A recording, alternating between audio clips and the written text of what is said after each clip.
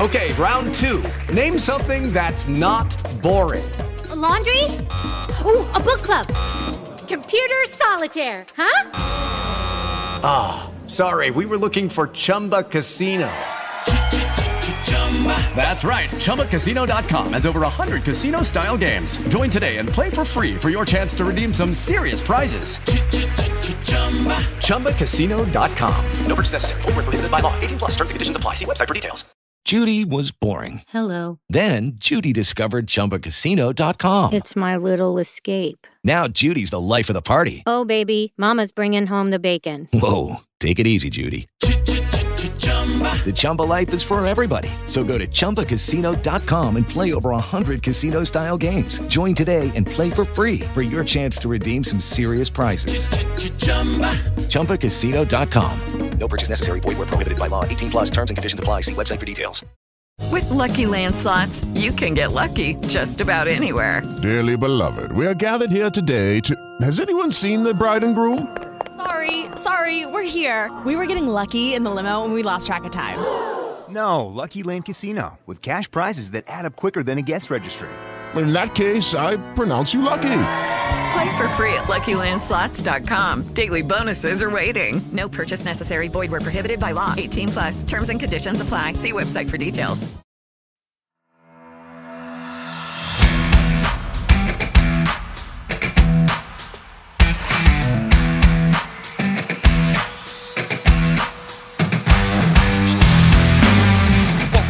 Wrap Podcast, the place to catch up on all the regional and national rugby in Wales. You can find us on all the usual social media platforms and message us through there if you want, or you can email us on welshregionalrugbypod@gmail.com. So all the boring stuff out the way, let's talk rugby.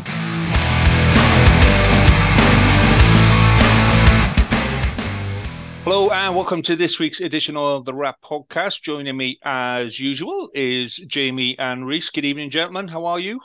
Not too bad. Very well. Not too bad. Not too bad. And Reese is in the shed this week. The house renovations continue. So we're in the shed this week, mate.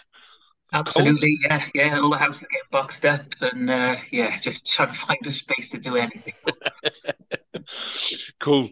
So joining us this week, we're very honoured to have so he's told me not to call him Welsh media legend, but he is. He's a bit of a legend, especially on Twitter.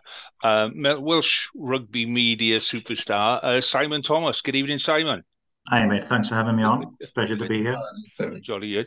So, if anyone's going to know about the goings-on in Welsh rugby and the goings-on over the last kind of 5-10 years, it's going to be you, Sam. Did you ever get a day off from Welsh rugby?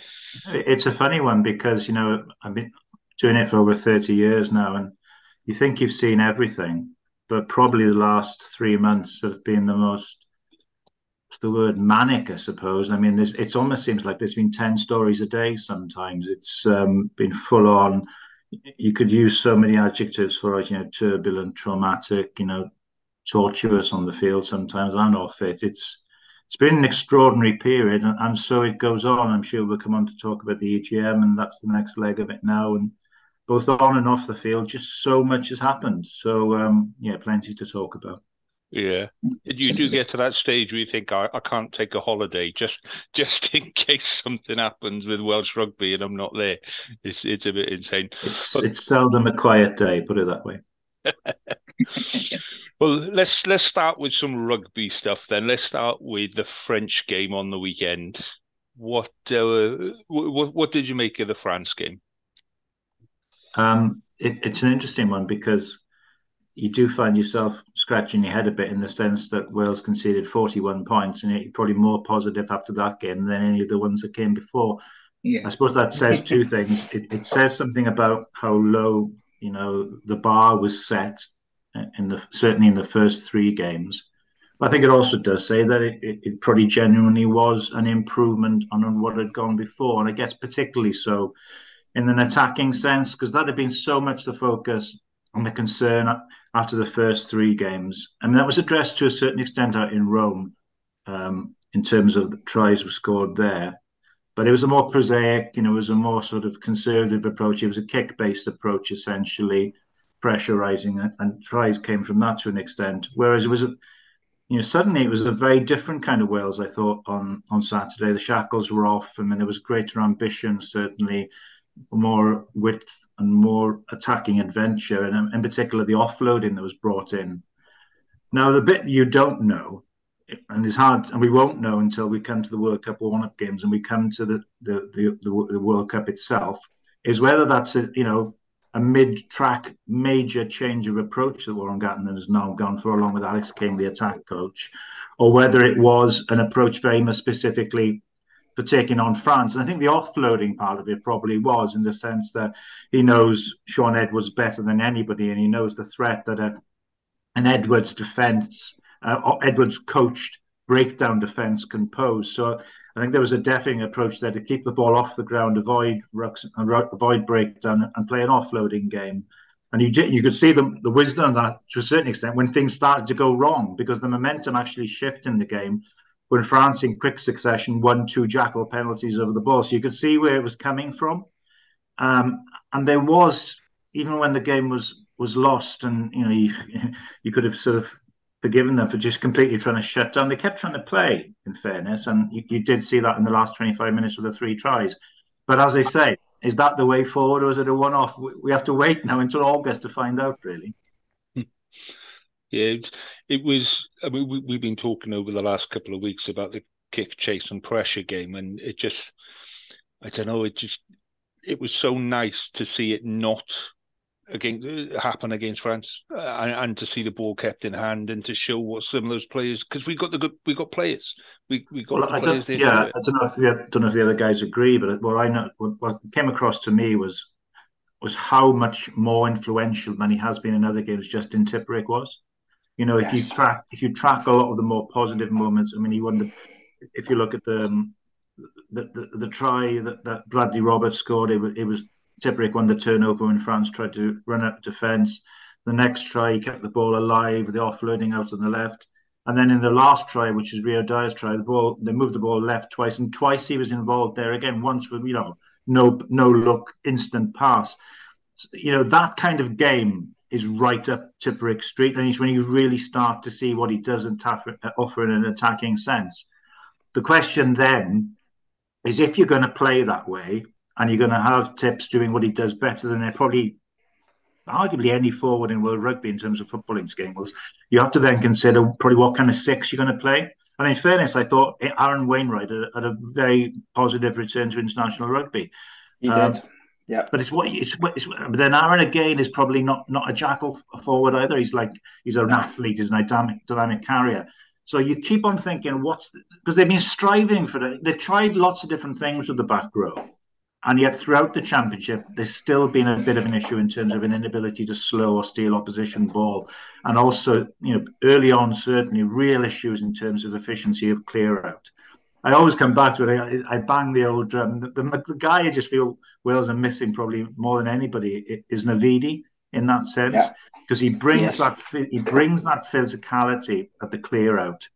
And I mean, then there are other quality players who offer a real jackal threat in Reffel and Jack Morgan. So I think that's a big, big issue for Gatland. If they are going to play in more attack-oriented game, what's the balance going to be in terms of 6? I mean, Tipuric as well, the other thing, he is such a go-to man at the lineup. He's been Wales' main source of ball now for 2 years there.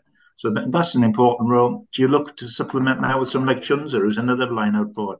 So that, for me, is a fascinating thing, because he's tried lots of different things, and I wonder in Gatland's own head what he's really settling on now. Yeah, absolutely. I think you made a very good point about the back row, and I completely agree. I think Josh Davidi, we've missed him so much. He hasn't really been spoken about because he has been out injured. But yeah, you're absolutely right. We could really do with a fit and firing Josh Davidi. But Aaron Wainwright, I thought, was terrific. I mean, there was a lot of question marks and eyebrows raised, wasn't there, when Aaron Wainwright was named in the starting 15, because he hadn't played a minute at all in the Six Nations. So he was just thrown into it. But I thought he was terrific. I really like Aaron. He's a top guy, works his socks off, lovely bloke. It's with Navidi, I mean, virtually probably every other press conference I asked Di Young, how's Josh coming along? And there's been various times where he said, set kind of vague target, targets, hopefully. But I mean, the last time I asked, it was still very slow progress. And it's one of those nerve, neck, shoulder things, the kind of thing that Sam Warburton used to get. And with a broken leg or a broken arm or a broken wrist, there's a sort of a definite time span. But with those things, it just depends how long it's settled on it. And we're talking now, he did that in July. So you're talking getting towards 9 months ago. And so it is a concern. And just fingers crossed that Josh can come back, sooner rather than later. He provides all sorts of defence, isn't it? Not just to clear out that physicality, but like standing players up. It's like a brick wall, isn't he? As a back row tackler, so I think he's. It's in the gene pool with him, with the Iranian wrestling guy. He is a real grappler. I mean, he can do all those kind of things. I mean, in a way, if you look at it, Wales now, in terms of versatility in the back throw, you could probably say there's 4 or 5 players now available to Wales who could play 6, 7, 8 international rugby. Navidi's done it. Jack Morgan has done it in the last year. Tain Basham has played 6, 8, 7. Josh McLeod is the kind of guy who could play 6, 8, 7 as well. So there is, especially with the World Cup coming up, you need that kind of thing. The question is which of them will go. I mean, it's in a way, because we've got so many options. Wales got so many options. It probably makes settling on a back row unit all the harder in some ways. Yeah, definitely. What do you think of the Six Nations as a whole, Simon? I really enjoyed it. I thought that the Ireland-France game is up there, one of the best tournament games, 5 or 6 Nations era I've ever seen. I thought it was absolutely tremendous. I thought Italy were a massive plus point. I mean, not just like, if you look at last season, the win against Wales, that was a big, big moment for them. And then beating Australia as well in the autumn.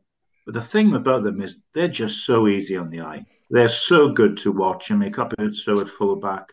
I thought the centres together, Menicello and Brex were excellent. And Negri, for me, was one of the forwards of the championship. I just liked their approach. I think they got, I mean, you mentioned Garbisi there, and I thought his brother looked a good player when he came on at scrum. Yeah. So, I mean, really, for them to come away with the championship without a win, I mean, probably 3 of those games going into the last 20 minutes, there was 1 score in it. And, I mean, their whole championship for me was kind of summed up in the last couple of minutes against Scotland. They were camped on the Scottish line with a chance of winning it. 1 knock on in contact, ball goes to ground, scrum, and Scotland go the length of the field, and the scoreline ends up very cruel. But I thought they were a real positive, and they are now a seriously, genuinely competitive side. No one can take them for granted in the Six Nations. I think that's been a big plus. But I suppose it'd be remiss of me not to end my comments in the championship by saying just how good Ireland were. For me, the performance that really stood out, actually, it was the Scotland game. They were in the mire there. They'd lost 2 hookers. They had Josh van der Fleer throwing in. They had Keelan Healy at hooker. I think they'd also lost Henderson as well, with an injury. So that's 4 forwards gone, and somehow they found a way. They are a team now that are so adaptable and so resourceful, and I suppose it does help when you've got the kind of strength and depth they've got. And certainly, they and France were a level above again. They're almost kind of 3 divisions in that championship to a certain extent. With Ireland and France, then probably Scotland and England, and then Wales and France. But I thought, Ireland, they've won the Grand Slam at seniors and into 20s. Leinster haven't lost a game all season. It must have been a heck of a party in Dublin on the weekend. And people always question them when it comes to around the World Cup years, but they couldn't have a better platform than what they have at the moment. So where are Wales in terms of World Cup preparation after the Six Nations? Have we learnt anything? Were we any closer to establishing the team that's going to walk out in that first game? Well, I mean, I think you'd still struggle, wouldn't you, to sort of come up with the first choice Welsh team at the moment. And I suppose what Gatland will consider is that he's learned a lot about a wider group of players. You would think August, probably in 2, certainly by the final World Cup warm-up game, because they got England twice and South Africa once, as I recall. I think in the midst of those August games, you would really look to crystallise what the first team is. For me, though, it's kind of there's a couple of added twists because you've probably got two or three players who missed the Six Nations who, if fit, could arguably be first choice for Wales. I mean, Gareth Anscombe is one that would come to mind. Obviously, bigger is hugely experienced and established, but Anscombe does offer a huge amount, attacking sense, and he can play the controlling game as well.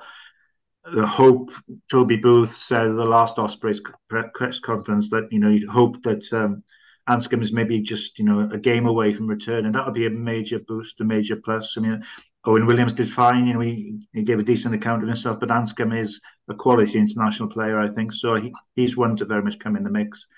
And there's a couple of others. I mean, Will Rowlands, done the Dragons, hugely missed. Yeah. He was, I thought, he as the Rugby Writers Association was just chair of until last year. We made him our player of the year, and I thought he was tremendous. He is. There's not many players who have the athleticism combined with the physicality and size that he has, and if you can get him back fit, I think that would be a big plus. And what's good is that you've had the likes of David Jenkins come through. I think he's a real workhorse, that boy. And I remember watching his dad Hewell play back row for Swansea, Llanelli and Neath, and he was a real sort of athlete, just like David, and that's been a plus. And then, of course, you've got the other second rows which people talk about, which is the kind of, real wild card one with Corey Hill and Jake Ball. I mean, Jake Ball's physicality. And then we obviously mentioned Navidi as well. And then, so there are players to come back into the mix. But you'd say there are certain areas of the team where you do still have concerns about, even when everyone's fit, do we have a combination that's going to be able to really deliver at World Cup level? I mean, the centre is one in particular. You obviously had Hawkins and Mason Grady, who have gained great experience of Joe Hawkins, pretty in particular, did some very nice things. He's a good footballer, that boy, and he's got, although Wales kind of used him almost as like a Jamie Roberts type player for a lot of the time. But then obviously they changed it round and went Tompkins North. But there's been a consistent issue, to be honest, where the midfield defence has been a concern. A lot. I mean, the weekend again, if you look at that try that Gail Fiku scored, Jamie Roberts was giving analysis of it on television. He summed it pretty well. When kind of bigger comes up, Tompkins steps in, George North stays, and Fiku goes through a massive hole between North and Rio Dyer. So I suppose it's difficult to really sort out your midfield defence when you perhaps don't know what your midfield is as yet. So that's an area that they've got to look at. Set piece, they're holding their own, I guess, aren't they? I mean, their line has gone reasonably well. They've a couple of wobbles, but I mean, they've got an experience from drill. And I guess the other guy who comes into the mix when fit into the 23 is Dewi Lake, because he offers something different again in terms of his ball carrying and his power. And hopefully he'll be back before too long. So, I mean, that's a very, very long answer to the answer, which is I don't actually know what the team's going to be at the minute. It's a particular concern, isn't it, that we're talking about how well Italy's been coming on and how much they sliced up that young centre partnership when we played them, sort of thing. Clearly the future, sort of thing, Joe Hawkins and Mason Grady, but they didn't look like they knew what the other one was doing when the Italians were attacking. I mean, 13, people will tell you, people who've played there, like the likes of Tom Shankland, you ask John Fox about it, you don't realise just how good Jonathan Davies was defensively until you see the problems that perhaps some other people have in that position. It's viewed as the most difficult defensive position in the game, because you've got to make so many split-second decisions, and if you get it wrong, everything around you kind of goes wrong. So I mean, we think Mason Grady, I mean, huge talent. Those kind of attributes he has don't come along very often. It's like a once every 10 years. North had it, and now he's got it. But I mean, he's had very little. I mean, if you look at the number of starts he's had for Cardiff at regional level, and it's probably like 6 or 7, maybe. Certainly at 13, he's started a couple of times also on the wing. It was a huge ask to step in. I mean, he didn't let himself down. It's just that is such a pivotal position. But then again, as I say, on the weekend, you saw again that channel, it didn't quite work out defensively for the Fico try. So I don't know. That's a tricky one for Wales. And you look around the scene, there are other people. Kieran Williams obviously didn't get a chance, which is a shame for him. And now he's picked up an injury. I suppose maybe the one who brings the most defensive solidity perhaps is Owen Watkin, who can play 12 and 13. But Owen's kind of, a couple of steps back of that. So, yeah, that is a tricky one. I mean, I think he's just going to have to settle on something in those warm-up games and go with that, really. And just hope that the extra time they'll have in the build-up, because they will have a long camp, but hopefully those kind of issues, because a lot of it was dislocation during the championship, it seemed to me, on dog legs and people not everyone on the same map defensively, and that can be improved and that can be worked upon, like with Forshaw, another defence coach. But yeah, certainly that's an area of concern, the midfield defence. 26 changes made by Wales during this campaign, and you do have to wonder if Gatland has any idea what his best team is.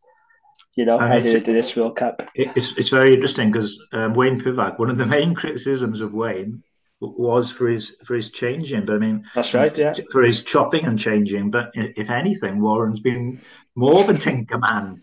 But I mean, I guess that is a reflection of someone who's been out of Wales and out of international rugby for a little while. I mean, he's really having to catch up very quickly with what he's got at his disposal, and he's chopped around and gone from, as I say, from youth to experience and then back again. So I think he would now have a much better idea of the people he wants on board and where he's going with it. You would hope that the Six Nations has served a purpose in that end, because, as you say, there has been a lot of change. And when you come to when you come to the World Cup, you do need that kind of continuity. But I always keep going back to what happened in 2011. If you think about it, then in the 6 months before that World Cup, he made significant changes with the likes of Faletau coming in, Priest and Jonathan Davis, who had becoming a first choice. Obviously, Warburton as captain. Faletau didn't start his first game until the Barbarians game. I think it was in the May of 2011. And by the World Cup, he's scoring in the first game against South Africa. And he goes from there. He's in the team for 12 years. So you wondered when he was bringing the likes of Hawkins, Grady, Brad Jenkins, Rhys Davis, you wondered whether the same thing was going to happen. But then we've ended up the Six Nations with kind of the old guard returning. So, and I think there's certainly a feeling, isn't there, that you've got probably 5 or 6 players there who the World Cup will be perhaps the end of the international careers. I mean, you think of Alan Jones, you think of Ken Owens. There's a lot of players there in the early to mid 30s. They will, I guess, all be very, very keen to have one last big hurrah at that World Cup. So it's about finding the balance, isn't it? It's finding the balance for a World Cup campaign of the youngsters you feel are ready, alongside the players have got it in their gene pool and their makeup. Just can they last the pace physically? So you could see quite a few 45-minute outings from the likes of Alan Jones or Ken or people like this.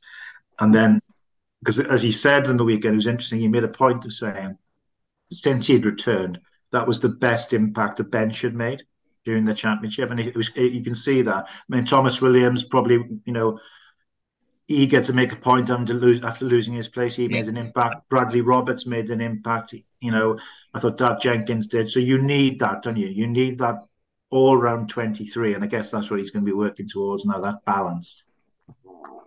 Absolutely.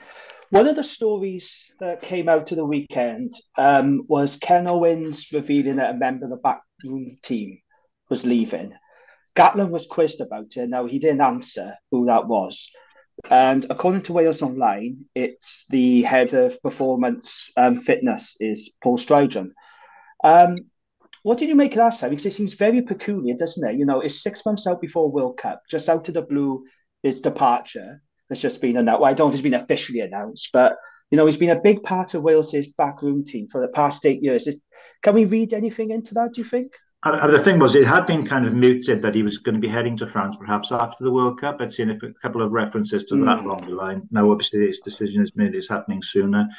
We don't know the ins and outs exactly why the timescale has happened as it has. But I mean, it does seem that is what's going to happen now. And you do wonder what's going to happen in terms of someone coming in. I guess Hugh Bennett, I think, is still involved there on the conditioning side. Yes, he is. So whether he kind of steps up to that role. So it came as a surprise, certainly the timing of it. But I'm guessing they've been making plans behind the scenes for a while now about what's going to happen. But yeah, best wishes to him for whatever comes next for him. Yeah. We talk about the EGM now, lads. It is funny you mention that, because when I was on Radio Wales, I say earlier, and I made the point, and I think it is true, that what happens next Sunday is probably in some ways more important to the long-term future of Welsh rugby than anything that's happened in the last 7 weeks. Absolutely, yeah.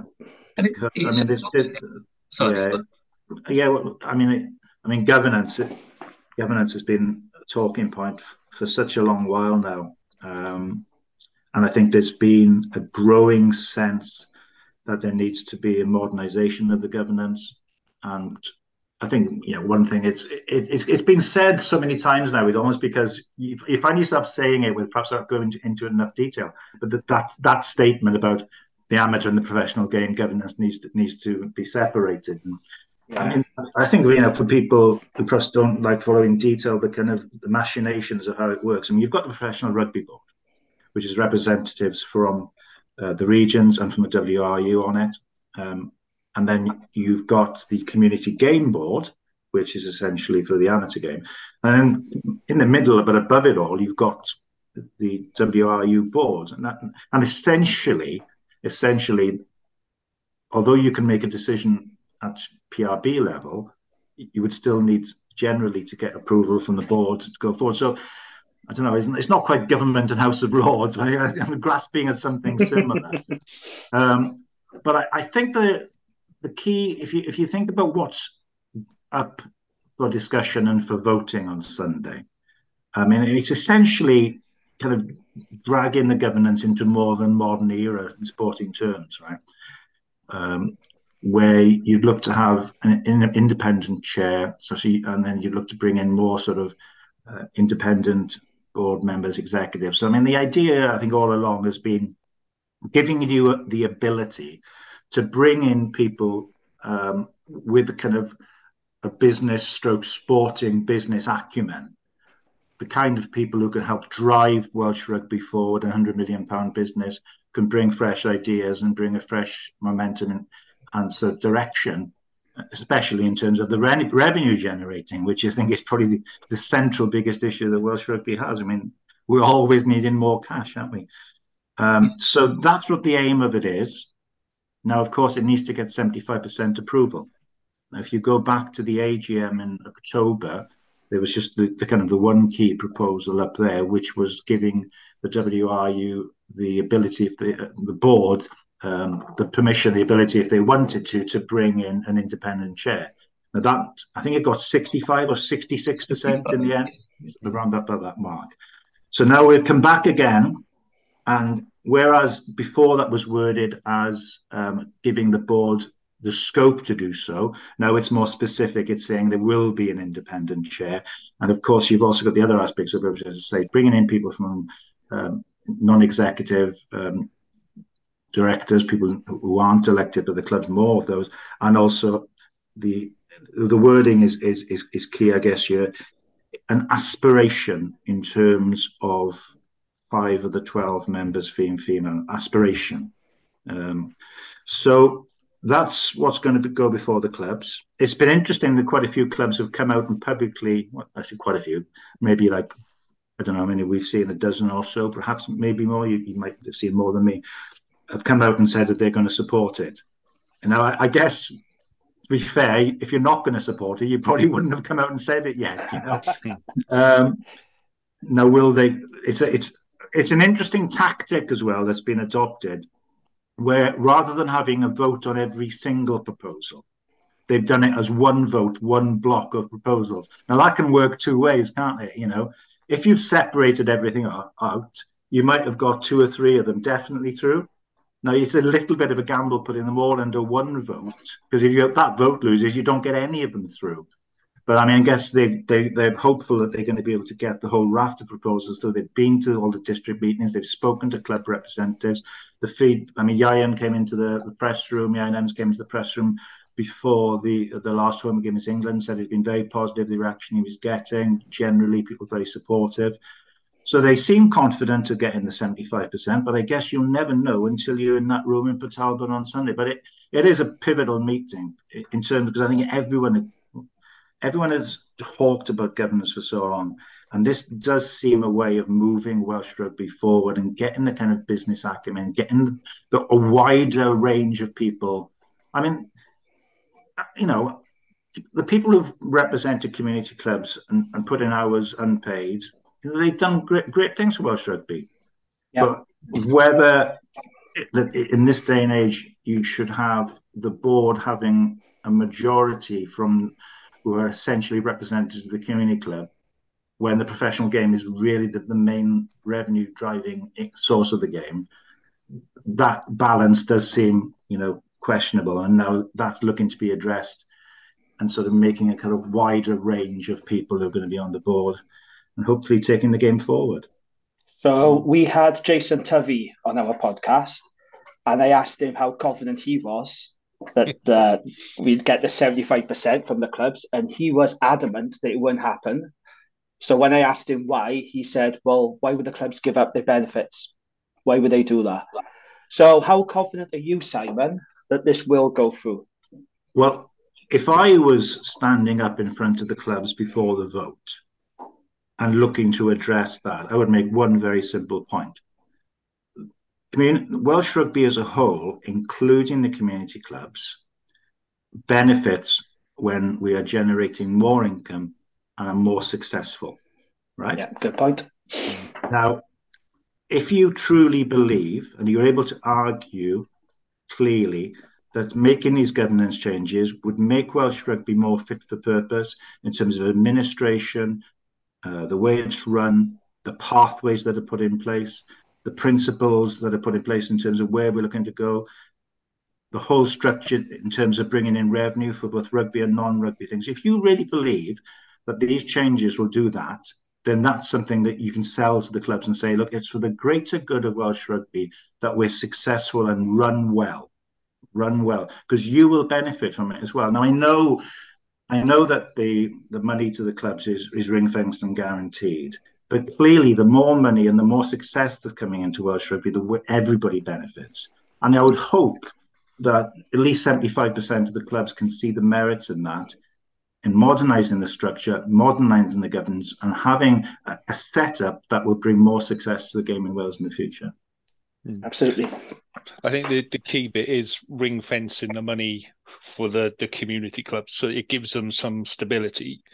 Because I think after this change, I think this change will go through, but I don't think it'll be the last one. I think there is so much more reform that needs to happen inside the WRU, and I've been sat in those meetings, in the Port Talbot meeting, and there's some really, really strong opinions that get bandied around in those meetings. So there's going to be, 3, 4, 5 years of this, of constant change and evolution. Do you think we're ready for it, Sam? Do you think we're in that place? I just dug out now. This struck a note with me today. MyStake Celtic put out, one of the clubs that put out a note saying that they were going to support the proposals, and it's just, they've summed it up really well. I don't know what you think about this. They say the changes would bring a more diverse management board with the skill set to advance the game in Wales, and will help the game prosper at all levels. That's put into much better phrase than what I was trying to say a couple of minutes ago. But I think that's good, and that shows an awareness and understanding. Will it go through though? I mean, God, if I was, I almost feel like I'm 50-50 on whether it's going to be 75-25. You know what I mean? Oh goodness! I've sat through so many EGMs over the years, and they go from the hilarious to the kind of whatever the opposite of that is. But the thing is, we know how Aberfan and Quins are going to vote. They've made it clear, and you do have to wonder how many other clubs out there are feeling the same as Aberafon, but they haven't come out and expressed that. So it's I go to quite a few community club games around the Cardiff area, and I just kind of sit and listen, and generally what I find, with the people who are involved in at the club level, is they want people to come and play rugby for their clubs, especially kids. The biggest gripe that I always encounter, not gripe, the concern I always get is participation numbers. You talk to coaches at a youth level in particular, how difficult it sometimes is to field sides and second teams. And, let's be honest, what drives people to take up the sport is when the sport is successful and doing well, So I think for everybody's benefit, as my Stig Celtic said there, it's important that Welsh really succeeds at all levels. It doesn't have to be one against the other. I mean, if you look at it for a long period, really, there was clearly a massive focus on the Wales national team as the absolute key thing. Now, clearly, that is vitally important because that's the main generator of income, both in terms of ticket sales and prize money. But if you focus solely on that tier, then the other tiers which help that tier become successful can erode and decay. I've always felt that if the regional game is allowed to wither, then eventually the Wales national team withers as well. Yeah. So that is again. So I think, and to be honest as well, the same. If the community club game isn't producing youngsters taking up the sport, then eventually that will run through as well. Absolutely, yeah. So it's all interlinked, really. I suppose it's about having a desire, having the will to change for the better. But if there are people out there who don't think it's the better, that's the problem, isn't it? I mean, but that's a selling job, isn't it? Now, I don't know how it's going to work on Sunday. I'm presuming Ian and Nigel Walker will, I guess, maybe both get up and speak. And they'll make a pitch, won't they? You'd think they'd get up and just explain. You wonder. I mean, the way the community clubs work, most of them will have made the decision before they go. They'll have had a meeting. So I don't know whether many of the delegates will have the scope to, almost change their verdict on the spot. So I think most of it will have been decided beforehand. But I mean, clearly, I would imagine they will look to make a last plea and just say, and there are serious things at stake here. We've heard the talk about that if these proposals don't go through, what might happen in terms of sponsors potentially walking away, And again, you come back to it. That's not going to benefit anybody at any level of Welsh rugby. You agree? Yeah. So it's a seismic meeting. And speaking about like the product of Welsh rugby, what do you think of the proposals of the elite that's been put forward?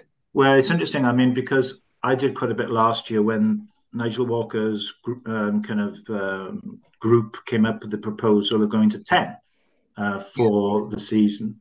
For next year, season after this, for going to 10. And his phrase that he used to me there was for it to be the finishing school for regional rugby, right? Now, far from going from 12 to 10, we ended up going from 12 to 14 the next season. So, the direction of travel isn't quite what Nigel wanted. I'm sure not what probably the regions wanted as well. So I guess it has given them time to go away and start again once again to look at what the future will be below the regional level. And now it seems that this is a way forward. I mean, in a way, it's kind of of keeping the Premiership, but obviously the Premiership would then be the third tier rather than the second tier, essentially.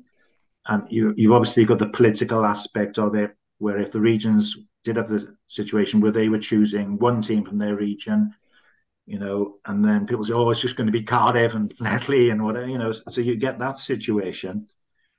But my general view on it is, I think there's an acceptance by most people, certainly involved in the professional game, that you need to bridge the gap between the regional level and whatever comes below. And probably going to 14 is not going to help in that. Going to 8, you would think, would make it a more elite competition, and obviously I'm guessing, I don't know. I'm guessing would it be a closed shop? We don't know. Would there be any scope for change in those in the years to come? But it would certainly make it elite. You'd think it would raise the standards. And given the reduction in squad sizes of the regions, having something below the regional level, which acts as a suitable stepping stone, is so important because if you look at it next year, with the regions going down to squads of mid, when I was speaking to Toby Booth and Di Young and Dwayne Peel, they were talking about going down to 36 to 38 players.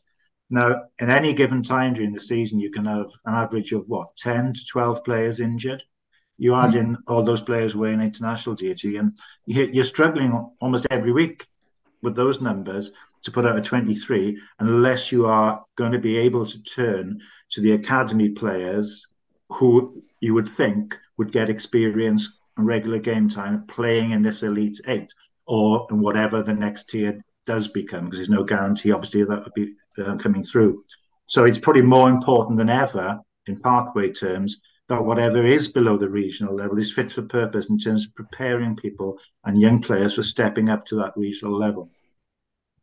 Yeah, thank you. Absolutely. And I saw a tweet that you did on the weekend, Simon. Now, I haven't read the report from Owen Slot about this, but you did tweet a screenshot from his report about CVC television rights. Yeah, very interesting. Now, yeah. So, can you just elaborate and explain to us about that for those who might not be aware of it, please? Yeah, I actually Owen. I know Owen well from the Lions tours and being at games, with England games, and he's he would be checking things like this out very detailed before printing them, and he's clearly been working on the story. And I mean, essentially, CVC, which is the equity firm which has bought a kind of shares in the URC in the Premiership and Six Nations. So really, like their process of kind of really becoming a big player in rugby is very much ensconced now. They are here. And I guess people always imagined that if they were going to do that, then they would look to coordinate the commercial drive. Because I guess if you're selling everything on one, rather than doing a piecemeal, now that they are in the position where they are involved in all the competitions, they do have the scope of making, deciding what the best way forward in terms of TV income is, because TV is so important. Now, what Owen was saying there it was his understanding that they would look to do it probably with one broadcaster. Now, of course, I think that would probably only happen if that led to the best way of generating income. But then I guess if you had a channel, be it Sky, Amazon Prime, be it BT, if they wanted to be seen as the rugby channel, that might be something they might well be prepared to pay, a significant amount of money for, to have the coverage. I mean, obviously we're talking club level initially in terms of the URC, the Premiership, and perhaps Europe as well. Now, I was chatting to Owen about it. The complication, of course, is I don't think all the TV deals end at the same point. Right, yeah. So you might have like the Premiership one ending before the URC because with Viaplay coming in with the URC. But I think the long term, there obviously will be a point that they can aim for where you say from, let's say, 2025, it's a blank sheet of paper. What's the TV deal going to be? When I sort of tweeted out, what I did find is generally I was getting quite a lot of people saying, "Oh, thank goodness," because fed up having to have 4 or 5 different subscriptions to watch all the rugby I want to watch. So, yes. Because if you think about it, you've got Viaplay for the URC, you've got BT for the Premiership and for European rugby. And you've obviously got Amazon who are involved in the international front as well. So, and it's funny, quite often when I talk to people, I like to gauge, especially I like to talk to people who don't watch a lot of rugby to find out why. And one of the main things I get is like, oh, I'm never sure when the games are on, either in terms of going to the games and if I'm not going to the games, I'm never quite sure what station the matches are on, So I suppose there is a simplification aspect. And then again, of course, within that, you'd have to then say, well, what element of terrestrial coverage would there be?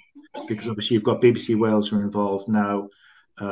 You got RT in Ireland, you got S4C as well. So there's lots of things. But I mean, I guess the initial thing would be who would be the big players with the overall contract. And there's big money at stake here. I mean, and then, of course, don't even get us started on the idea of whether Six Nations will stay behind, free for air or go behind a pay.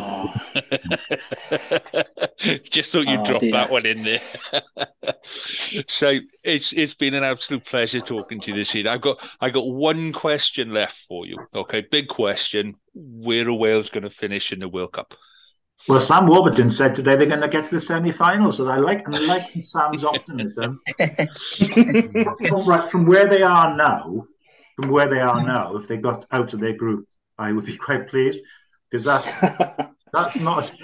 And then that's probably that people will say I'm setting the bar too low there. But if you look at it, I mean, that's Fiji and Georgia in the group.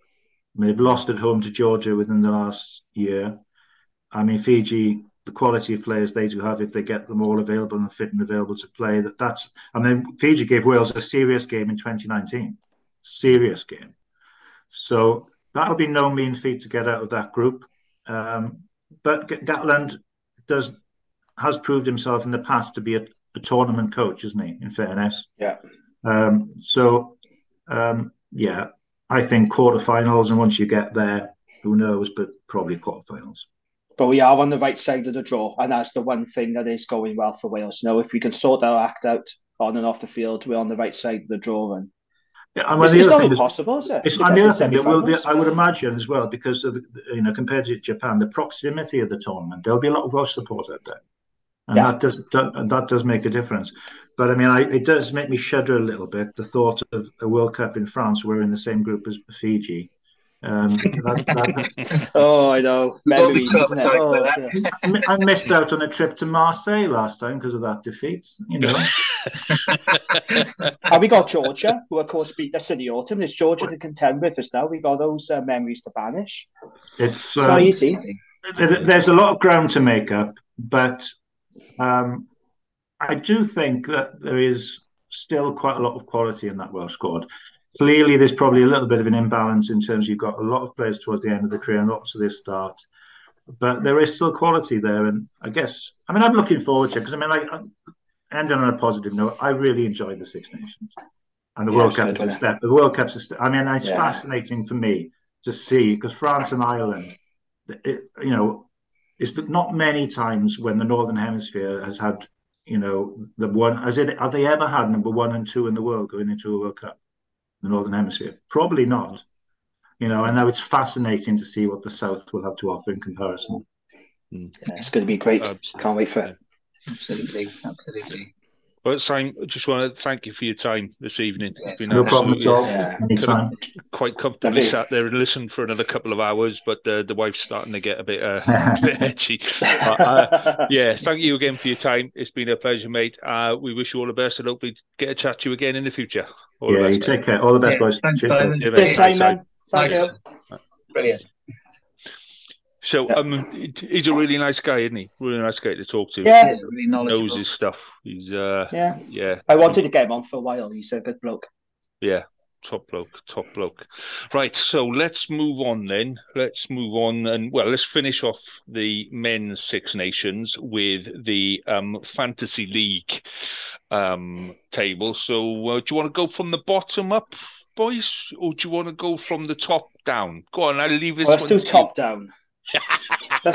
Let's go top down. We don't have to talk about it, do we?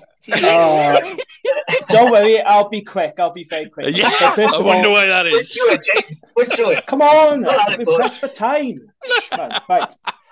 First of all, thank you to everyone who took part. Great to see you get involved. So the winner of the Rap Fantasy League was my mate Sean Jones. Well done. For someone who claimed that he wasn't in the loop with rugby, I think he did pretty well, considering he did top the pool. I think he was telling porcupines, if I'm honest. Yeah. Second, he was. Second place was Yuli. Well done. Then in third, we had... All right, mate, calm down. Then you had Will Brissett in third. Then you had my mate Carwin in fourth. Then in fifth, you had friend of the pod, Harley Worthy. Then in sixth is Jez Revs 87. In seventh was Carwin, our Carwin. In eighth was me. I dropped down 2 places. Not that I care, but I'm just making that point. Reece, you were 9th, and Begley 95 was 10th. Not bottom. So there you go. No, we wasn't bottom. So yeah, well done to everyone who took part, and well done, Sean, for winning it. Diane. And Jamie just wants to reiterate that he wasn't taking it seriously, because if he was taking it seriously, then he would have been a lot higher up the table. Isn't that right, Jim? No, I don't give a shit, mate. Okay, right, cool. So, yeah, we're a little bit pushed for time. So, Reece, do you want to just quickly? We're back to URC. We're back to URC fixtures. So, we've got some predictions to make this week. So, go on, you run through our predictions for this week, mate. So we got we got Zebra v Cardiff, which is a banana skin and a half, isn't it? Somewhere we got Ospreys v Dragons, and we got Scarlets v Sharks. Yeah, have I mentioned the Sharks before? So my prediction, I'll start with me because I'm like that. So my prediction is Zebra Cardiff. I'm going to go Cardiff by 10. I'm going to go positive. Ospreys v Dragons. I am going to have to go Ospreys by 15. And then Scarlet Sharks, I'm going to go Sharks by 10. Carwyn, shall I read everybody's out, shall I? Yeah, go on, mate, just read them out. Yeah. So Carwyn's got Cardiff by 15. Well done, Carwyn, boy. I've always liked you. We've got Ospreys by 12 this week. And Sharks by 9. He's got more faith in you than I got. And then Jamie's got Cardiff by 6. So a little bit of a thinner one there. We've got Ospreys by 15, and Scarlets by 2. Okay. Yeah. Good man, Jane. Good man. Right. What I just want to quickly say is Carwyn reckons every time I tip the Ospreys to win, they lose. So obviously we're going to play your Dragons this weekend. We're going to put that to the test because I don't think that's right. But let's just see. I have tipped Ospreys to win. Will they lose at home to the Dragons? We shall see. That's usually my trick, that is. I'm the toxic. You've got Cardiff by 5. Thank you, lads. For the face. Ospreys by 10. And you're going for Scarlets by 5. Yeah, big win for Scarlets this weekend, mate. Yeah, they're vulnerable against Welsh sides. We know that. But yeah. So there we go. Back to URC and back to hopefully all our sides can put a few things behind them and enjoy their rugby. Well, I am looking forward to Ospreys Dragons this weekend. It'd be nice to get back to a bit of having a go at each other and ripping a piss out of each other next week. It's something to look forward to at the very least, isn't it? Right. Does anyone know the last time Dragons beat Ospreys in Swansea? Oh. No. I wonder if Carwyn knows. No. Do you want to know?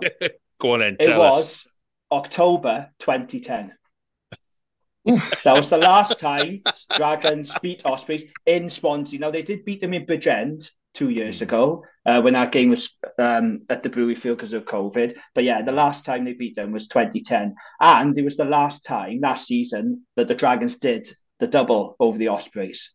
Because, of course, if Dragons do win this weekend, they would have done the double over the Ospreys. I don't see it happening, but I just thought that made a quite interesting stat. But I am going to this one. I'll be going down to Swansea. I'm looking forward to it. Early kickoff as well. So, yeah, we'll see what happens. Do you know,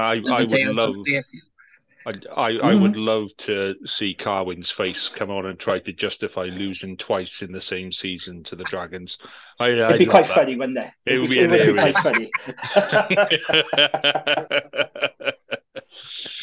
Right. On that note then, gents, we will wrap this week's podcast up and be done with that. We shall put this one to bed. Enjoy your rugby this weekend, gents. It's going to be a good one. Nice. And, enjoy the AGM on Sunday. That's a whole Fingers podcast crossed. next week sorted for us here. So, we shall catch up and do the same again next week. All the best, boys. Nice one. All the best. Ta-ra now. Bye.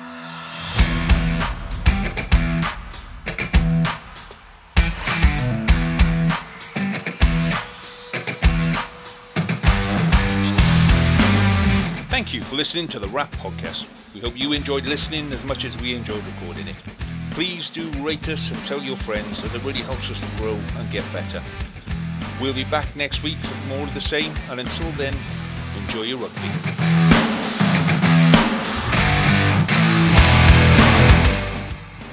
Sports Social Podcast Network. It is Ryan here, and I have a question for you. What do you do when you win? Like, are you a fist pumper, a woohooer, a hand clapper, a high fiver? I kind of like the high five, but if you want to hone in on those winning moves, check out Chumba Casino. At ChumbaCasino.com, choose from hundreds of social casino-style games for your chance to redeem serious cash prizes. There are new game releases weekly, plus free daily bonuses. So don't wait. Start having the most fun ever at ChumbaCasino.com. No purchase necessary. VGW Group. Void where prohibited by law. See terms and conditions. 18+.